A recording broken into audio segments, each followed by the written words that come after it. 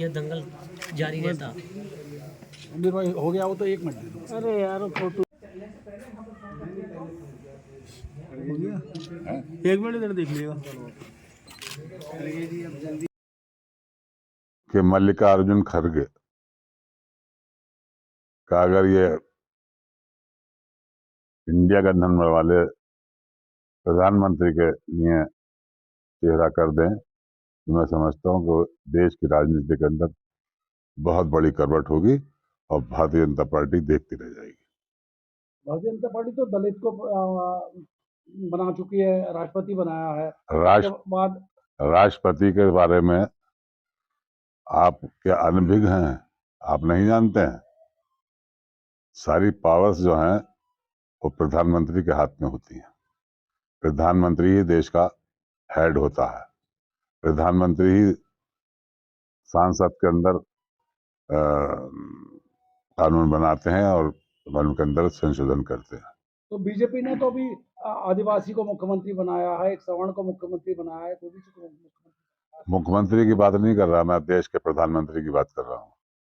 देश की राजनीति के अंदर अनुसूचित जाति का बहुत बड़ा रोल है और कोई भी प्रदेश ऐसा होगा जहां कम से कम 20 से 30% तक इनकी आबादी न हो।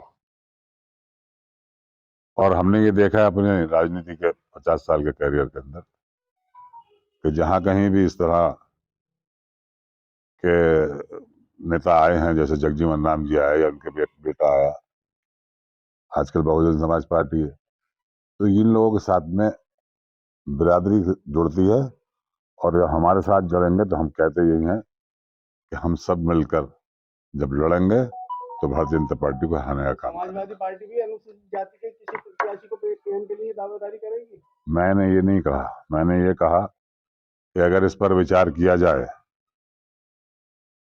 तो देश की राजनीति में बहुत बड़ी फर्क पड़ेगा और इंडिया गठबंधन 3/4 से ज्यादा सीटें लेकर आएगा।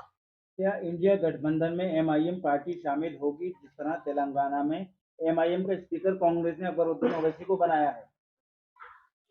एमआईएम को कोई पार्टी लेने के लिए तैयार नहीं है, क्योंकि वो सिर्फ और सिर्फ एक पक्ष की बात करती है। देश की राजनीति में अगर आगे बढ़ना है तो सबको साथ लेकर चलना होगा, तभी हम आगे बढ़ पाएंगे, तभी हम कर पाएंगे। 7 विधायकों की पार्टी अपने प्रदेश के अंदर 7 खड़ा करते हैं और दूसरे प्रदेशों में 25, 30, 40 तक करते हैं और वहां करते हैं जहां सिर्फ मुसलमानों की अक्सरियत होती है। वो मुसलमान को हराने का काम करते हैं, जिताने का काम नहीं करता है। वो भारतीय जनता पार्टी को जिताने का काम करते हैं। समाजवादी पार्टी पर क्या काट है? मोहन यादव का क्या काट है? मोहन यादव कुछ है ही नहीं, काट का क्या है उसमें? समाजवादी पार्टी की काट की क्या बात है? यहाँ समाजवादी पार्टी जो है बीजेपी को हराने के लिए सक्षम है। यादव पूरा इंटैक्ट समाजवादी पार्टी से जुड़ा हुआ है।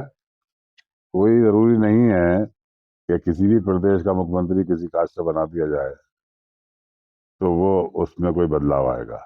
विधायक जी, आपने जो है खड़गे जी के नाम का जो प्रस्ताव सामने रखा, लेकिन राहुल गांधी और प्रियंका गांधी के नाम की भी जो चर्चाएं चल रही हैं, अगर ये सामने आती तो क्या? देखिए, मैं समाजवादी पार्टी से ताल्लुक रखता हूँ। दिल मेरा भी चाहता है कि अखिलेश यादव जी इस देश के प्रधानमंत्री बने, युवा प्रधानमंत्री बने, मगर देश की राजनीति के अंदर इतनी कड़वाहट, इतनी वो पैदा कर दी है राजनेताओं ने कि जो नई उम्र के बच्चे हैं उनके अंदर के जहन के अंदर कम्युनल जहन घुस गया है। अब उनके अभिभावक की बात, जो बच्चों के अभिभावक जो हैं उसमें दौड़ रहे हैं, वो इस जहर को फैला रहे हैं, मगर वही बच्चे जवान होकर कल को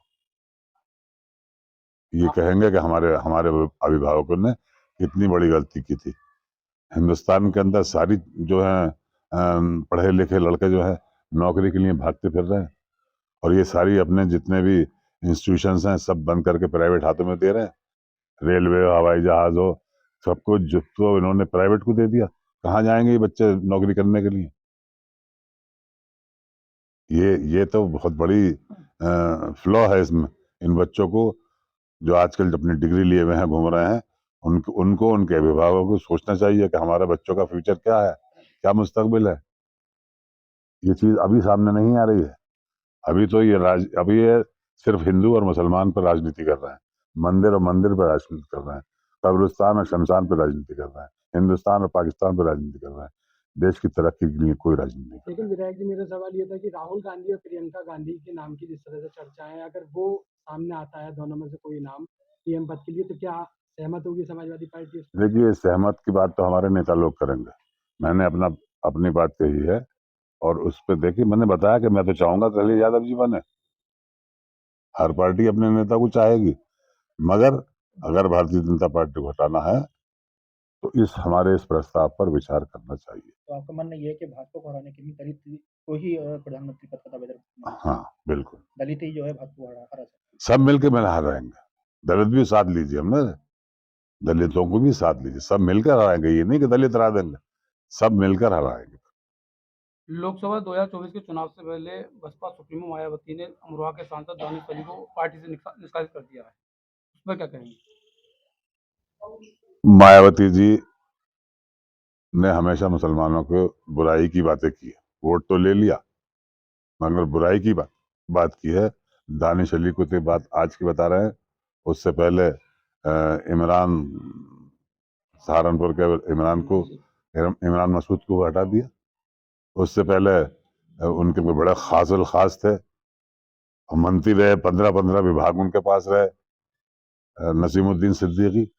तो मुसलमान तो उनके यहाँ बर्दाश्त ही नहीं है। मैं ये कैसे मैं कह दूं कि साहब वो उन्होंने अच्छा किया?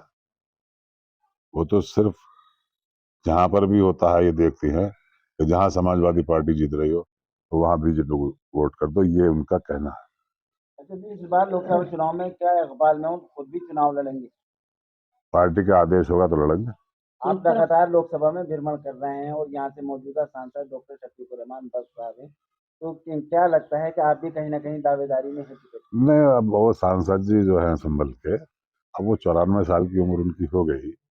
अब वो वैसे तो खुद ही उनको हट जाना चाहिए, मगर अब 94 साल की उम्र को वोटर पसंद नहीं करेंगे। अब उनकी जो छवि है वो एक तरफा राजनीति की छवि है। अगर संभल में नहीं, कहीं पर भी चुनाव हो, वहां जब तक दोनों वर्गों का वोट नहीं होगा, चुनाव नहीं जीत सकता। नीति में बड़े बदलाव आ रहे हैं। पिछले दिनों में 5 विधानसभा के चुनाव हुए, जिसमें 3 बीजेपी जीत गई, एक में कांग्रेस और एक में वहां के रीजनल पार्टी जीती। तीनों विधानसभा के चुनाव के बाद में भारतीय जनता पार्टी ये समझ रही है कि हमने हिंदुस्तान को फतेह कर लिया। इस कदर शोर है, इस कदर शोर मचा रहे हैं, और उस शोर के अंदर इंडिया गठबंधन को दबाने की कोशिश की जा रही है। राजनीति के अंदर बदलाव आते रहते हैं। 2024 की तैयारियां इंडिया गठबंधन भी कर रहा है और भारतीय जनता पार्टी भी कर रही है, सभी लोगों को करना भी चाहिए। मगर भारतीय जनता पार्टी क्योंकि प्रोपेगेंडे में बहुत आगे है और उससे कई चैनल भी हमारे दबे रहते हैं, प्रचार प्रसार बहुत होता है। ये बस ऐसा समझ लीजिए 2024 का चुनाव ऐसा ही है जैसे कछुए और खरगोश के अंदर भागने दौड़ की कंपटीशन चल रहा था। खरगोश तेज चल रहा था, कछुआ धीमे चल रहा था। खरगोश सो गया, कछुआ आगे निकल गया। मतलब तो आप समझ ही गए होंगे कि कोई तोड़ इंडिया गठबंधन का नहीं है। विधानसभा चुनाव के संबंध में मैं कहना चाहूंगा कि इस चुनाव में गठबंधन का कोई तय प्रोग्राम नहीं था।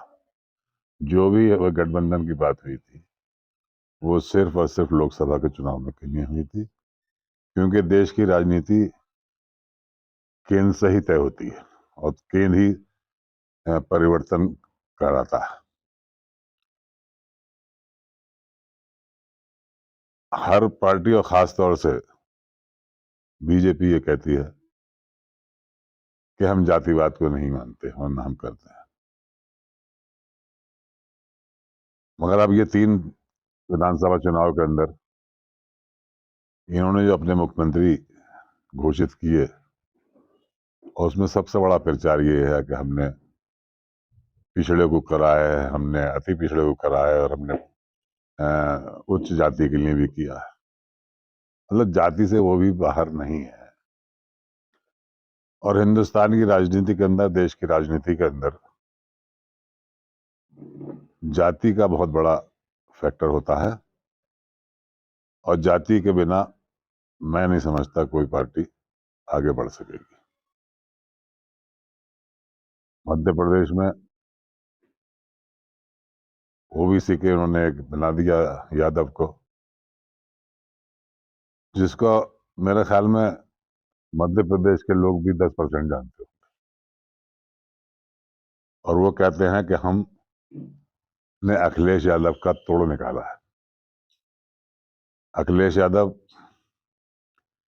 इस देश का परिचित राजनेता है, इस प्रदेश का मुख्यमंत्री रहा है, उसके पिता इसके प्रदेश के मुख्यमंत्री रहे हैं, उसके और चाचा भाई लोग भी यहाँ का विधानसभा में और लोकसभा और राज्यसभा में प्रतिनिधित्व करते आए हैं, कर रहे हैं। उनका मुकाबला कोई नहीं कर सकता।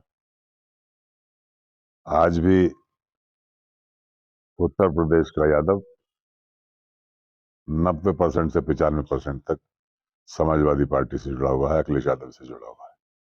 क्या उत्तर प्रदेश का मुसलमान समाजवादी पार्टी से लोकसभा में जुड़ पाएगा? यही तो प्रोपेगेंडा कर रहे हैं बीजेपी वाले, और मुसलमान समाजवादी पार्टी के साथ था, साथ है और साथ रहेगा। मध्य प्रदेश में जिस तरह कांग्रेस और सपा नेताओं के बीच जंग रही है चुनाव को लेकर, वो आखिर थमेगी? फिर से गठबंधन में शामिल होंगे अखिलेश जी या पीडीआई बना रहेगा? गठबंधन खत्म कब हुआ था? गठबंधन तो है अभी, आज भी है। कैसा और गठबंधन माना हिंदुस्तान जाए, की समझौता तय राजनीति नहीं के हो अंदर पा रहा है। तब्दीली लाने के लिए इस भारतीय जनता पार्टी को परास्त करने के लिए इंडिया गठबंधन को मजबूत होना बहुत जरूरी है। और उस संबंध में मैं आपसे ये कह रहा था कि अगर देश के अंदर बहुत बड़ी आबादी, पूरे देश के अंदर अनुसूचित समाज की है, अगर गठबंधन हमारा किसी एससी के कैंडिडेट को आगे बढ़ाए प्रधानमंत्री के लिए, बगैर इस बात को सोचे कि हमारा पार्टी बड़ी है, हमारा रहना चाहिए, उनकी पार्टी बड़ी है, वो रहना चाहिए, हमने 4000-5000 किलोमीटर पैदल चलकर पूरे भारत की यात्रा की है, हमारा हक बनता है। हक किसी का नहीं है, हक सबका है। मगर देश देखना यह है कि आज देश की राजनीति के अंदर भारतीय जनता पार्टी को किस तरह से हराया जाए, इस सरकार को किस तरह से खत्म किया जाए। विधायक जी, तेलंगाना में जिस तरह से कांग्रेस ने एमआईएम का स्पीकर बनाया है अकबरुद्दीन ओवैसी को, तो क्या कांग्रेस जो है इंडिया गठबंधन में एमआईएम को शामिल करेगी, ओवैसी की पार्टी को? पहले मेरी बात पूरी होने दीजिए, मैं इसको जवाब भी दूंगा। तो मैं कहना ये चाहता हूं कि मल्लिकार्जुन खड़गे का अगर ये इंडिया गठबंधन वाले प्रधानमंत्री के लिए चेहरा कर दें, तो मैं समझता हूं कि देश की राजनीति के अंदर बहुत बड़ी करवट होगी और भारतीय जनता पार्टी देखती रह जाएगी। बहुजन